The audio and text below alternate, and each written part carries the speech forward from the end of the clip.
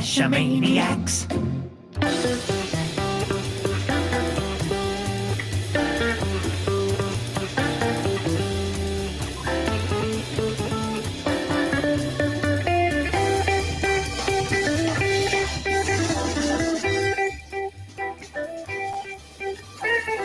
Geo Gearheads. Hey, welcome to Geo Gearheads. This is a weekly podcast about geocaching and geolocation games. I'm Chris of the Northwest, along with our host, Daryl W4. Wow, After you didn't know that so was many going to be years. such a mouthful, did you? Yeah. Daryl, you're still causing problems after all these years. Yeah, that's kind of my specialty, isn't it? Causing I'm glad problems. you're working within your strengths. Wow. All right. Well, it is good to be back on a Thursday night, and it's the last Thursday night before Halloween 2020. Ooh. You know, there's so many things that are going right with this Halloween. I mean, we've got Blue Moon. It's on a Saturday. Supposed to have good weather here in Washington, which is rare. And there's probably not going to be anybody out. Yeah. It's probably going to be the spookiest Halloween we have in like my lifetime. Well, you know, it only happens once in a blue moon. Well, I live a lot longer than a blue moon, I hope. Okay. But you know what? This is kind of scary in itself. So why don't we bring in tonight's guest, Rock Chalk, to, I guess, help us scare ourselves even more? Yeah, I don't think I made it any less scary by appearing. I think that most people see this mug and go, oh, God. Ooh. What's he dressed up as? And I see that we have at least one person in the chat room that might agree with us that this has made it a lot more scary. I am in agreement too. So we're all on the same page. Is Ben Hewitt in the chat room? Is that what you're telling me? He is. Yes, he is. Okay, yeah. Oh my God, it really is him. We didn't even have to mention his name. I didn't even know it was him. That's amazing. Oh my gosh. This is the first time I've seen Ben in like a year. This darn pandemic, man. Wow, yeah. Yeah. Wow. What a moment. It is bizarre times, to say the least. Yeah. My only interaction with Ben can be through a geocaching podcast. That's what this has come to. Look what it's done to us. That's the only way to stay safe from the virus. Oh my gosh. Even Zoom can't protect you. That's great. GSM times 2 says that you need a chainsaw. That makes anything scarier. Yeah, exactly. Ben also says he misses you on screen with. Wait, I do miss that. The only way this could be better is if he was, it would be even scarier if it was the four of us. So, wow, what a treat! I had no idea. Have to work that out for next time. Yeah. You know what? I think we missed a prime opportunity for the Halloween episode. Wow. All right. So why don't we actually get into tonight's topic? And Which we're going to be talking in and of itself. Yeah. Well, the funny thing is, Ben probably knows more about tonight's topic than I do. So, maybe we should quickly invite him on. Well, he's in the peanut gallery. That's where he prefers to be, I think. So, prefer to toss the tomatoes rather than have them tossed at you. Oh yes, that's a safer way to operate anyway. Right. But tonight we're going to be talking about the new search, which we were talking about it before the show actually started, and it's been out for about 5 years now, which is kind of surprising. I think we were trying to decide which aspect of it we were talking about. True. Yes. And new or advanced search or whatever you want to call it, that kind of goes back to a project that Ben helped head up, and as he's got his tomatoes loaded up, I guess. And that was, I think, probably around 5 years ago. But more recently, last year, I think in the spring, we retired the old search map, and we've had a new search map since then. So I think when you talk about what's new, I don't know if any of it's necessarily new, But it depends on how you define that, I guess. Of course, since last year, we've been adding filters and things like that. And most recently, that you can filter by attributes and other, fields. So, yeah, it's just a matter of us trying to figure out, okay, what was new, and of course, if your workflow is to use pocket queries and you've been happy with that for a long time, then maybe you haven't looked at what's available for a while, and to you it will feel very new, and then to folks who have been using it more regularly, it won't feel as new. So we'll just call it search and we'll be good. Yeah, well, and this is kind of how it came up. Is we just talked about the pocket queries again, especially after the new attributes were dropped in there, and the attribute search is new to the advanced search, which most of the geocachers I know really don't ever go over to the website anymore, except to update those pocket queries, and the rest of the time they're on their phones. So you don't really get that exposure to it anymore, and it was worth checking out again. So for those of us who haven't been to the website often, where do you actually find the new search tool that's not so new? Well, yeah, I mean, it's just a matter of going to the homepage. I mean, the homepage is where you can start searching, and then from there, click when you go to geocaching.com, click filters, and that's where you'll really have all of those different fields that you can choose from, and then click search, and that takes you to the map, and off you go. So it's pretty front and center. Just going to geocaching.com is where you can get started with it. Yeah, one of the things that I realized as I was looking for it after the announcement of the new attributes was it's not hard to overlook it because it's right there at the top. And how many of us just look past the banner now? We go right to the actual content. Sure. Yeah. So and it does take a little bit to actually note that you have to go and click on the banner up there. And I will say that if you did end up on a different page of the website, like pocket queries, for instance, you do go up to the banner and hit play and then hit search from the drop down. Or you can just go straight to geocaching.com, and the homepage is where search is. So, yeah. It's really easy to get to for sure. And if I'm correct, this is not just for premium members like Pocket Queries is. Well, there's certain filters that are premium member only. So, but yeah, Pocket Queries are of course completely just a premium member feature.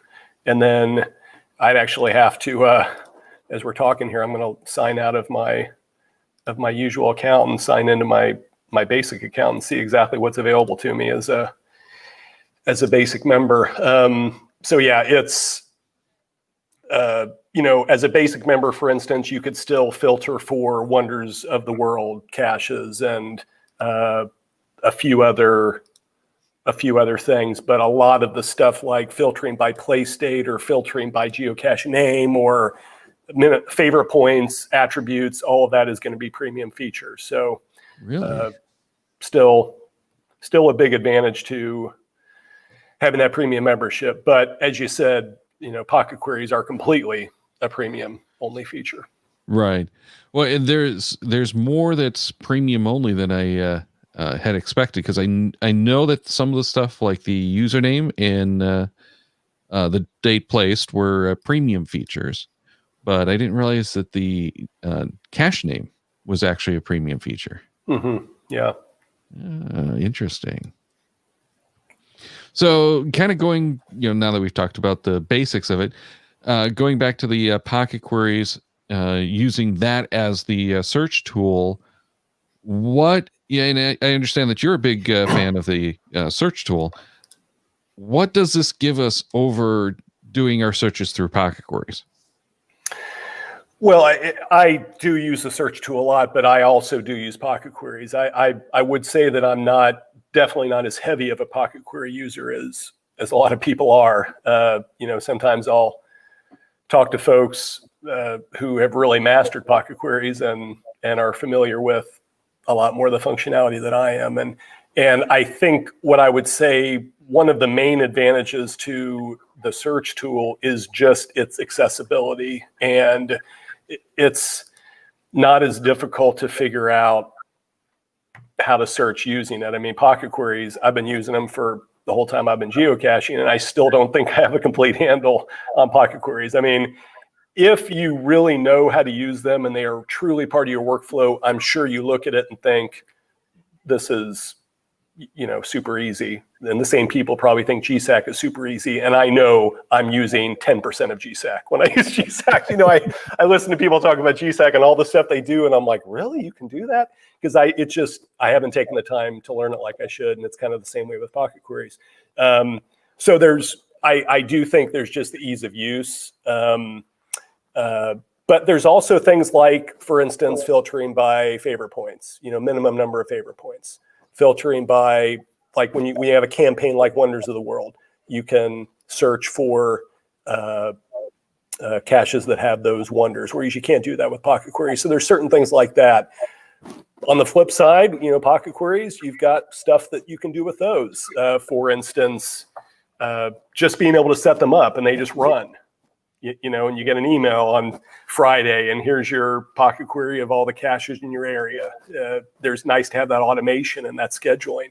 So they each have advantages. I wouldn't say that, I'm not ready to give up pocket queries right now. I don't think that search has everything pocket queries have. But for the most part, search accomplishes most of what I personally need as a cacher. And then a person just has to decide for themselves which tool is best for them, or like a lot of us do, use them both. And, your workflow includes both of them to some degree. You can't use more than one. You have to pick one. That'd be a good it's question. An election year, you can't have both sides. It has to be the one. That'd be a fun test to ask people, okay, you can only choose one. Which one's it going to be? I personally would go with search, but I'm sure there's a lot of folks that would choose pocket queries. See, and one of the things that any other year but 2020, I would say that the search has going for it that the pocket queries don't, is the not found by field. So you can put in up to 5 of your caching buddies. Yeah. And find those caches that not everyone has found. Sure. Or that I should say that no one has found. So you come up with a list that really is going to be usable for the whole group. Right. Mm-hmm. Right. And the field right below it, geocache name contains, that's another one that isn't available in pocket queries. Right. Or the one, I guess it's above it. Place date was added pretty recently. That is something that pocket queries for a long time had that search did not. We added that, I believe, earlier this year, around February or so, the place date filter. So that's a nice thing to have. And then we added attributes just pretty recently. So you can filter by attributes, which was a thing that pocket queries always had that search didn't. So that was a nice addition as well. So we're trying to keep, occasionally try to add something in there and give it a little more parity between the two. Going back to when Ben was here. I know that was Ben's project for a long time. So I want to give him a shout out because in fact, not long after I started at HQ, Ben would know the exact date if he's still listening. I'm sure, but he seems to have thrown his tomatoes and wandered off. Yeah, that's what he gets confused easily, and there's shiny things he sees, and he just wanders off. So he probably saw something on a cartoon on television that caught his attention. But yeah, so not long after I started is when the current kind of search, the look, the basic look of search that we've added onto, and then added the search map and new filters over time. But advanced search, quote unquote, was something that Ben shepherded in. So yeah, there he is. See, I knew he pulled himself away from that cartoon to answer the question. He was just trying to collect more tomatoes. Good for you, Ben. He knows. Even better. He went out to his garden and got more tomatoes. And then the other 90% of the audience, of course, is like, who is this guy that's Ben guy staring at a mountain in his avatar? But for those on the audio podcast, Ben says it was May of 2015. Yep. So you Yeah. just celebrated your 5th anniversary not so long ago. I actually started in September of 2014. So Oh, okay. as I said, it was about just a few months after I Okay. started so I celebrated my 6th anniversary last month. Congratulations. Which is crazy. Yeah, it's amazing. It's been a lucky time for me. Yeah. Although So I miss Ben, truly. Since he's got there, enough tomatoes. He's not going to miss you. I feel safe in sharing my authentic feelings with him, with the public, that I do miss Ben deeply since he's gone. Okay, I've got to go down a rat hole because I think this is kind of amusing. One of the things that I noticed at the building I work in, which is not small, but it's not huge, was all of a sudden when the kids went back to school, so did a few of the offices with like the lawyers and a bunch of the other professionals suddenly showed back up at the office because the kids were out of the house again. And then like a week or two later, they all went back home. They apparently don't like being at the office anymore. But a number of people have started coming back into the office once or twice a week just because it's getting a little too solitary at home. And that seems to really have hit people just in the last month or so. I'm one of those people. Yeah, well, and more I'm hearing stories like that all over the place. Uh-oh. G-Nice wants to know where Ben is these days. Is he in the top secret undisclosed location? He's out looking at a mountain. See, he misses me. Thanks, Ben. I'm glad you sweet of him to say that. Yeah. That's nice of him to say that. I he mean, misses you. that's the kind of relationship we have. Yeah, he would never say that about me. No, unless he's throwing a tomato. Then he might say he missed you. Yeah. You make all these jokes. I'm going to wake up tomorrow morning. There's going to be tomatoes all over my house. I just know he's got something up his sleeve. Already working it out, isn't he? Yeah. GSM times 2 wants to know if you actually miss going to work. Well, it is one of the great things about HQ is it is a great environment, and I've worked a number of places over the years, and it's the best environment I've worked in.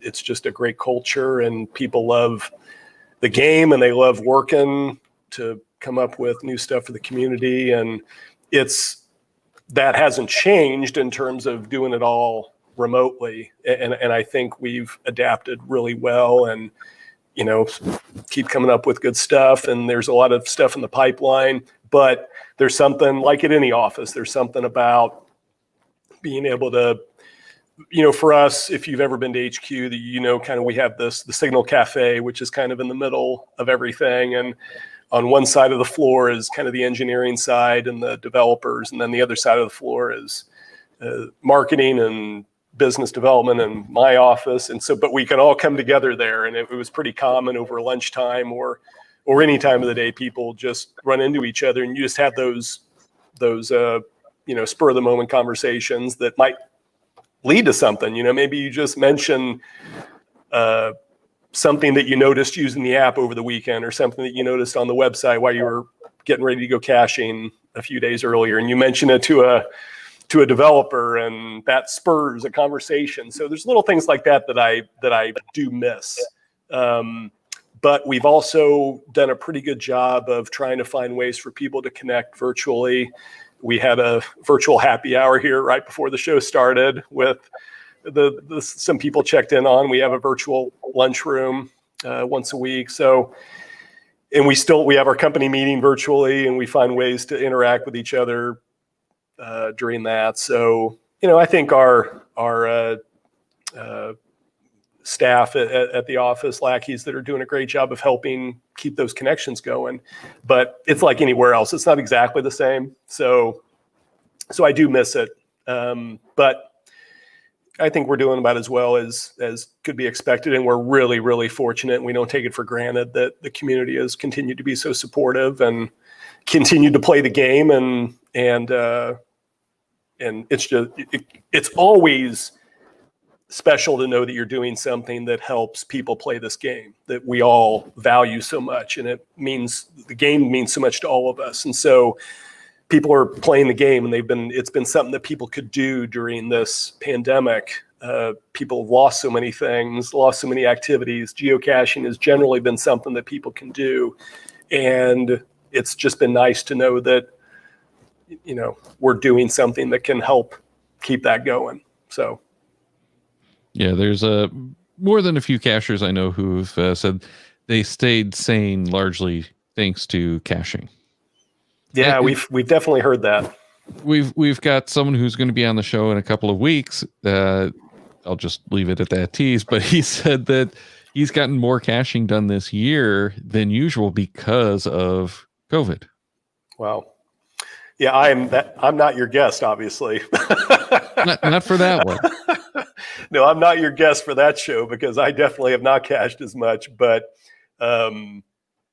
still, it's nice knowing that it's something that you haven't just had to stop. I mean, there's certain aspects of it, like events have been affected in a lot of places. I haven't been doing events since before this thing began, but I was just going to ask if you've been able to make it to any events. No, I haven't. We've taken a couple of road trips over the summer where I was in places where technically I probably could have gone to one. Everybody has to make their own decision, of course, as to what you're comfortable doing, and we've been personally pretty vigilant about everything and avoiding interaction as much as possible. So I personally wouldn't have felt, even if I could have gone to one, it just wouldn't have felt right to me personally. But yeah, there hasn't been any here in Washington. So if I did feel good about it, I wouldn't have had opportunities here anyway. So I do miss those and miss the mega events. I've been following the locationless cache page, and there have been a couple of events this year, and I get a little bit jealous of those folks that have gotten to go to those events. But it's also been really fun to get to see pictures, people posing with the banner and getting to log the locationless cache. So some folks have been able to do that stuff, and buoy for them. Well, and I was lucky enough to be able to go to a event this weekend, and I know that I've been to events during COVID, but I couldn't find any when I started looking at it, and I realized the geocaching events that I was at weren't actually geocaching events. They were things like, connecting with buddies and going caching when we should have had events that didn't happen. Right. So this was the first one, and so I finally got the celebration icon. Oh, cool. Yeah, I haven't gotten it. Technically already had from the Lost and Found. But I like to think this is a new one. Yeah, no, I still haven't gotten that, and I'm looking forward to hopefully the 2020 celebration happens next year, and we can get that icon too. So a couple that I was assuming I'd get this year. Yeah. Well, how tough was it for August to pass and realize that, this is the time on the calendar when I was supposed to have that week off to go out there? Yeah, I noticed that in a lot of vlogs that I would see as I said, we did a couple of road trips this summer, just very socially distanced road trips, but I would find logs where I would see people saying, had planned to make this part of my trip to Seattle this summer, but oh well, I couldn't. So, but people still trying to do part of that trip that they had originally planned for the 2020 celebration. So, yeah, hopefully I'll be able to make those things happen next year. Well, and Ben wants to know how he's going to get his Cedo Season 2 souvenirs. Yeah, it looks like it might be tough here in Washington unless things turn around. Guess you're gonna have to get back in that RV of yours, Ben. Ben should come on here and tell you the story of how he rented an RV this summer and they did a little trip. I still haven't gotten to hear the story, so if he can come on the show, I could hear it. Yeah, Ben, if you're up for it, let's do it. I'd love to hear that. And because a lot of people I have heard about did that kind of stuff. They've either rented the RVs or they went and did cabins. It's like Oh, right. one or the two. Well, Right. and the story goes that Airbnb has actually been busier during COVID. And Verve is that the name of the other one? But yeah, they've been busier because everyone's trying to get out of the cities. So they were renting these cabins and whatnot for a month.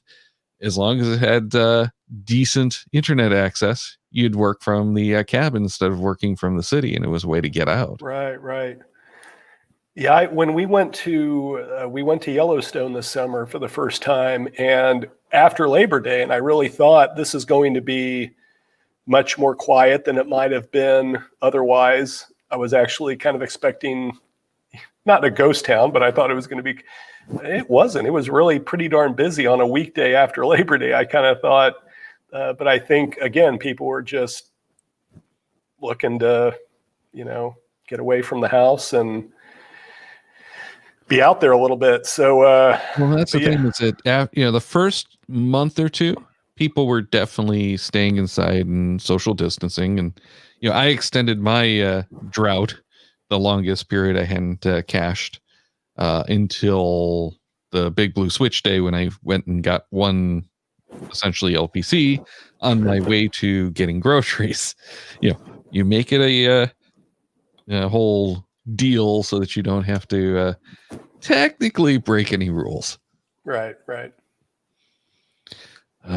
But I guess the silver lining, as GSM times 2 said, I think it was him. So many people found geocaching because of the pandemic. Lots of new people were exposed to something good. Some even caught the bug.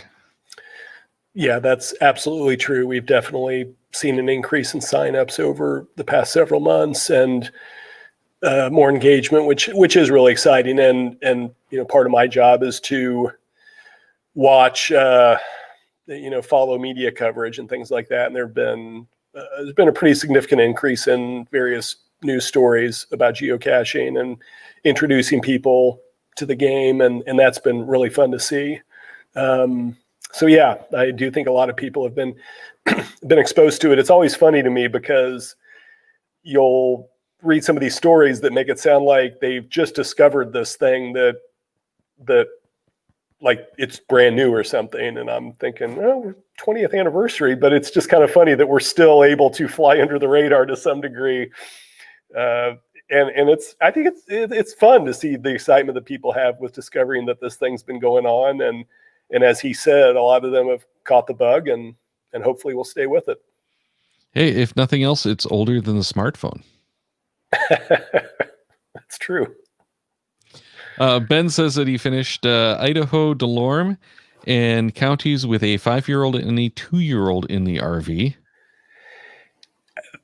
That actually, oh wow, and just finding 5,500 miles. Boy, I thought I did a big one. Yeah, just finding your way. I did 5,500 miles, 7-day car camping loop trip, and added over 50 counties.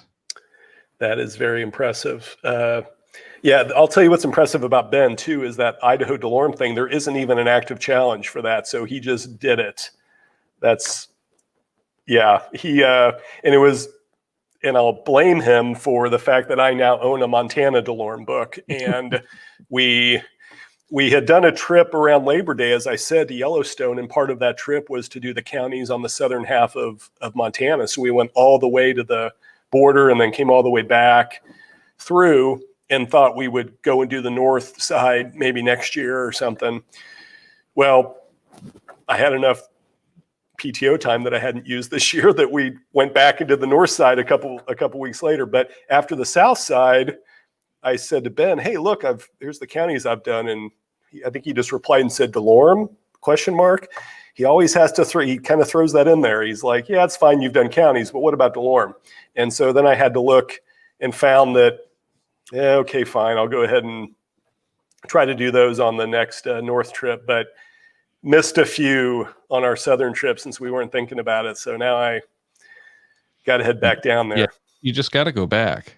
I do. Isn't that terrible to have to go back to Southern Montana. No, it's a beautiful area down there. So I don't mind going back, but yeah, you would think I would have learned my lesson this far into my geocaching career, that I would think about these things beforehand. I need Ben to remind me.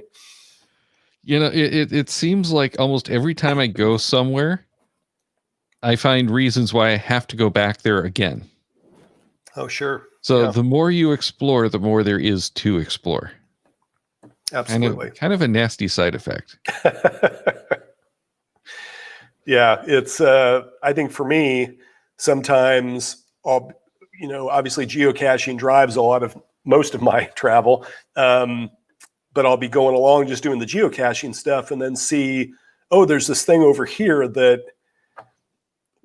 maybe it didn't have a geocache, or for whatever reason, I didn't have it on my list of things. And then I'm like, oh, I don't have time to do that. So like you said, you got to come back and, do it again the next time.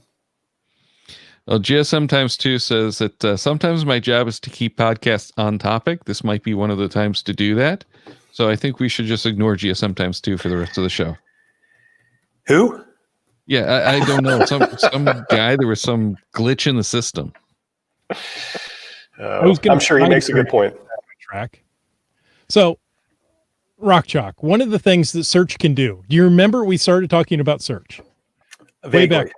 Yeah, Vaguely. Before Ben brought in his tomatoes.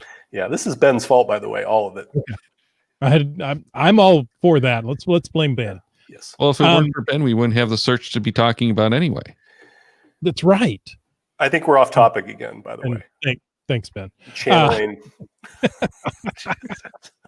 So when we get to have events again, and there are geocaches associated with those events, I'm thinking like Tri-Cities, Spokane. Well, Spokane did their Spocache challenge, all Adventure Lab this year, so that was a nice idea. Right. But the search has some things in there like geocache name contains.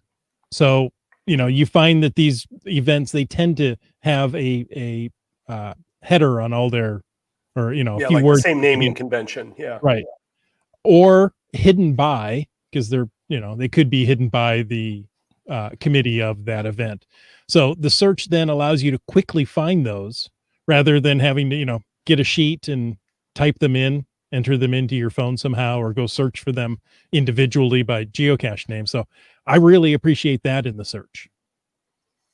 Oh, sure. Yeah, I've done that myself too. And done that sometimes even with like GeoTour caches, even though you could go to the GeoTour page if you needed to, but in a pinch, putting in the naming convention. And I've done it for a long time with challenge caches, entering just the word challenge and choosing just filtering by mystery. Of course, we recently added the challenge cache attribute, so plug that in there too, and you've got a pretty solid list of, if you're looking for challenge caches, if you're searching for those. So yeah. So how many complaints do you get that's made it far too easy to do challenges and it's too accessible? I don't think I've heard that one yet. Explain that a little further for me. So now that there's the attribute, it's far too easy to find the challenge caches. Oh, so it's not as challenging to find the challenge caches. Right. And that should be part of the challenge you're right. Speculating on that. Yeah. Yes. Yeah. Because I know several challenge cachers who seem to like to revel in the absurdity of some given challenges. And it seems like one of the things they would complain about. I haven't heard it, but sure, I could see that. Okay, when you do, let me know because I'll be interested. Pizza Ninja says that they're loving the attribute. Yeah, we added that one, and then the solution checker attribute, the bonus cache attribute, and then the power trail attribute. So there's those 4 new ones that were introduced, along with introducing the filtering by attribute to the search. Yeah. And the power trail one is the one that I like the most because now I can omit the power trails if they've actually tagged it. So when I'm just looking for some casual caches, I don't have to accidentally grab parts that are in a power trail so I can still go back and get the power trail later. I see. Because I've done that a few times. And I thought geocaching headquarters was very generous when they said, if you send us a list of your power trail caches, we'll go ahead and apply the attribute to them for you. I thought that was very generous. One time. They don't have that much manpower. Yeah, it was something. Yeah, it was. Yeah, a few folks that spent some time on that and were able to do it in one fell swoop, which was nice. Excellent. Yeah. So one big script. I've spent a lot of time. I've made the search that I like. I like this a lot. I want to be able to come back to it again. Is there a way to save a search? You could bookmark it in your web browser. So once you have done whatever you're going to do, like for instance, searching by cache name contains challenge, mystery cache, challenge cache attribute in Washington, hit search, it gives you the results. You can bookmark that URL and then go back to that URL if you need to. So that's the way to quote unquote save it at this point. And I believe that works to share it as well, but I'm not 100% sure. I would think it would just be the same as sharing a, yeah.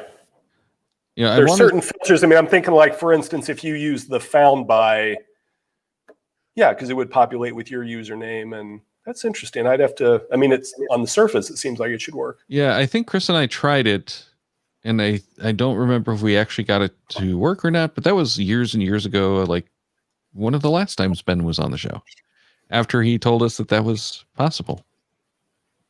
But it does make for a quick, easy way to get those searches back, especially if you're looking for, like we mentioned, the search by name, if you're looking for the not found by that you don't have in your pocket queries.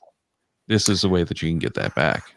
Yeah, that's one of those features that I should be using more, bookmarking the URLs for some of these searches, because I do tend to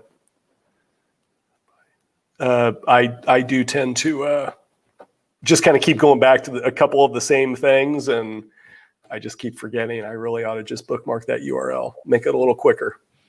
See, and Ben distracts you just by his name appearing on the screen. Pretty much. Yeah, that's how it works. He says that it will work unless you use the found by me filter, which makes perfect sense. Yeah. Yeah, because when that's shared, that filter will filter out the user that runs the search, right? Not the user that created the search. Right. So yeah, that's a great way to do some planning that you don't have with the pocket queries, because pocket queries are your account. You'd have to share the actual GPX file, which means you can't go and look at it on the geocaching map with someone else. Zooming, you'd have to like share your screen or something. You couldn't do it like over the phone. Right. See, we're finding more reasons to use the search feature. So now that we've got this, oh, sorry, what was that, Chris? The new search. We have to use the new search. The new search. The advanced search. Oh, okay. But now that we've got our bookmark, or just even our regular search, what can you actually do with those caches? Well, you can add them to a list is probably the biggest, certainly the main thing I do. Because once you have those results, you can just select them, add them to a list, and then, do what you want to do with the list. Send it to your GPS, or create a pocket query from the list, or, any number of things that you would just typically do with a list. So that's kind of the main thing. Yeah, and you can get them in the list view or on the map. And what I like to do when I'm planning like road trips is take those results on the map and go poking through them and cherry pick and add it to a list, so that then I have the list of the ones that are in the rest areas or whatever. Yeah, because you can always play with those maps and kind of see where they are. And it's amazing. This is why I love the satellite views. It's amazing how many times you can see those fences and discover that the cache that looks like it's in the rest area is actually on the other side of that cliff or whatnot. Right. Yeah, that's one of my weaknesses as a player is I don't look at the satellite map as often as I should. I tend to think, oh, I really should have. I'm getting better at it now, but it used to be I wouldn't look at it at all. And then I'd get somewhere and realize, oh, wait, here's how. And then I'll bring Ben's name up again. Ben was always really good at, he'd pull up the satellite map and say, okay, here's how we did this. Here's the trail. You can see the trail on the satellite map, or you can see the forest road or whatever. And by using that, oftentimes, as you said, Daryl, you can see a fence or you can see whatever that isn't as apparent just using the trails map or OpenStreetMap or whatever. So, yeah. It is truly amazing how much stuff you can see even through the trees. Yeah, isn't it? It's crazy. Yeah. I love it. And I get so disoriented now if I don't have it, to be honest. Yeah, I'm actually on the app, I'm starting to use the satellite map a lot more than I used to. I used to just kind of be devoted to the trails map, and I would download it, save it, and then have that.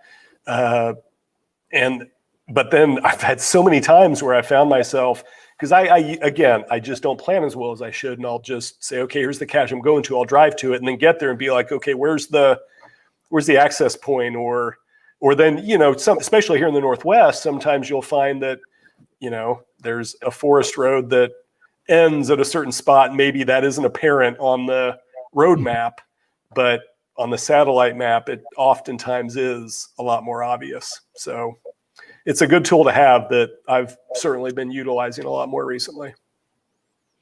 It's made me a little bit of a lazy cacher, though, because I'll look at the satellite map, and go, oh yeah, there's this, there's this boulder, there's this tree. Yeah, that looks like it's over there. And you just put down the phone and you walk over to it.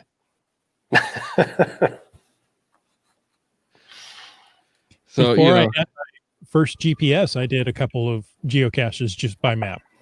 Oh, it's got to be under that picnic table. Okay, I can go there and get that. Yeah, I did a couple of FTS off of, I think it was MapQuest still in the early days. Wow.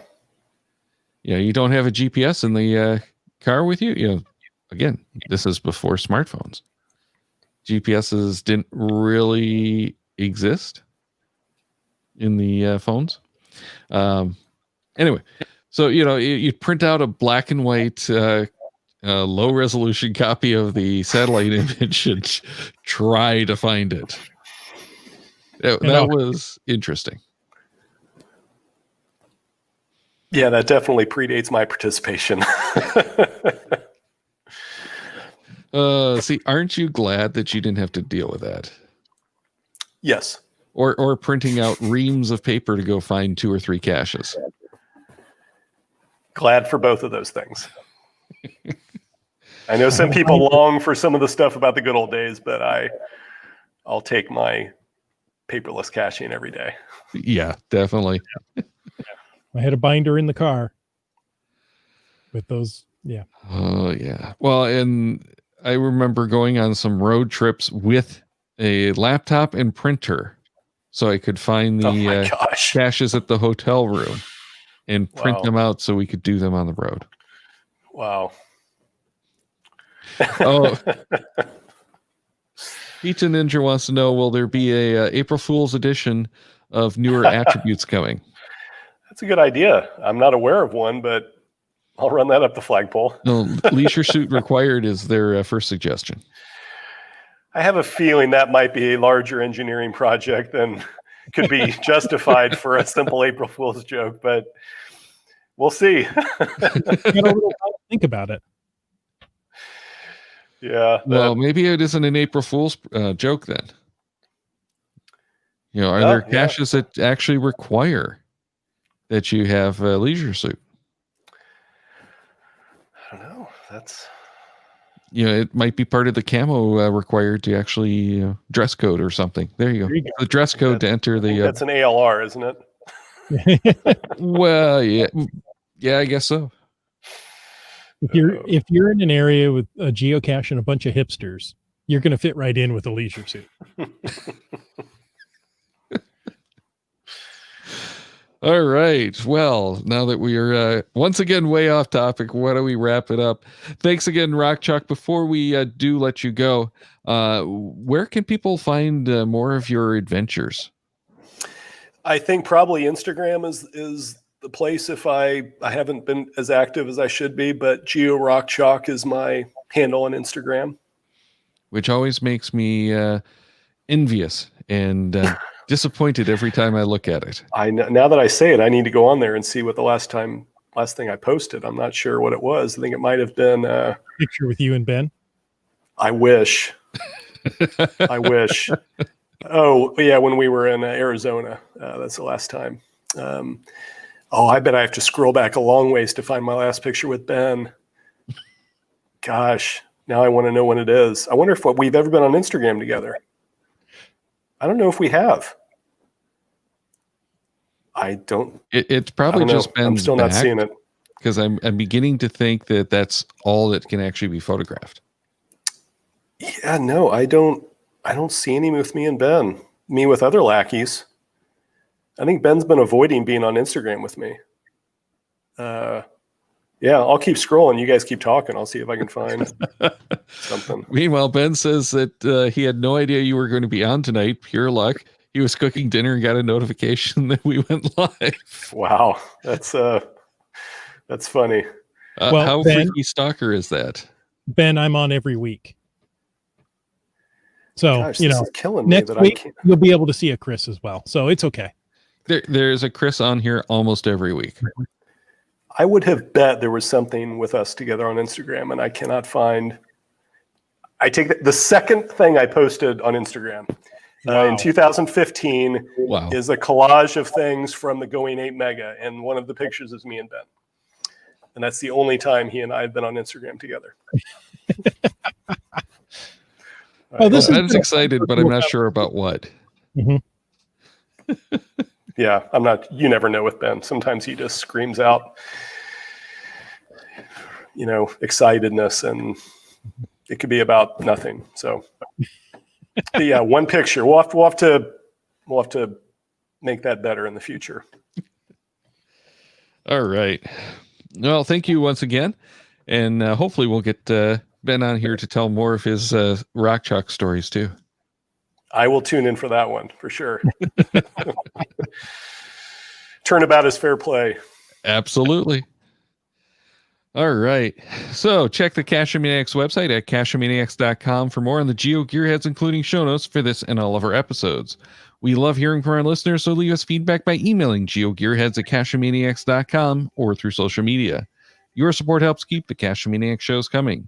Please consider becoming a patron through the link on our website to support the Cachemaniacs shows. Geo Gearheads is produced by Chris Offener and Daryl Wanberg. This show is copyright 2020 by Daryl Wanberg. All rights reserved.